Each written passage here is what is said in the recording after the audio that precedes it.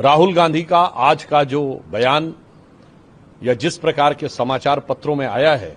कि उन्होंने ये कहा है कि 1 साल के अंदर अराजकता के द्वारा यह सत्ता परिवर्तन होगा, इससे एक बात बहुत स्पष्ट हो गई है कि प्रधानमंत्री श्री नरेंद्र मोदी जी ने कांग्रेस पार्टी के लिए जो कहा था कि अब ये कांग्रेस पार्टी नहीं रह गई है, बल्कि मुस्लिम लीगी माओवादी कांग्रेस में तब्दील हो गई है।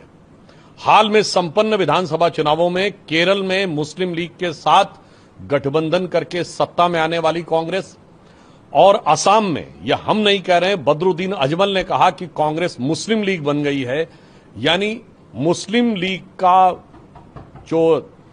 स्टैंप है कांग्रेस पे, यह सिर्फ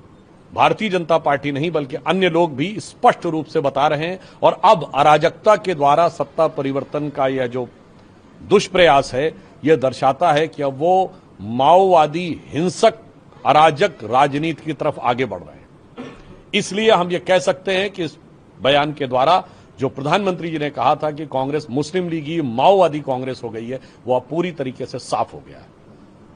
मात्र कुछ दिन पहले प्रधानमंत्री और गृह मंत्री जी के लिए गद्दार शब्द का प्रयोग करने वाले राहुल गांधी जी, उनके खुद के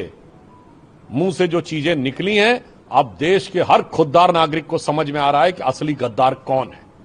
और आज जिस प्रकार के खतरनाक विष बेल भारत के अंदर और भारत की बढ़ती प्रगति को रोकने के लिए फैलाई जा रही है, और ऐसा स्पष्ट रूप से प्रतीत हो रहा है कि कांग्रेस पार्टी उसका हिस्सा बनती जा रही है। मेरा कांग्रेस से सीधा सवाल है कि आप ये सब कुछ विदेशी शक्तियों के साथ गठबंधन में कर रहे हैं, जान के कर रहे हैं, या अनजाने में आप उनके हथियार बन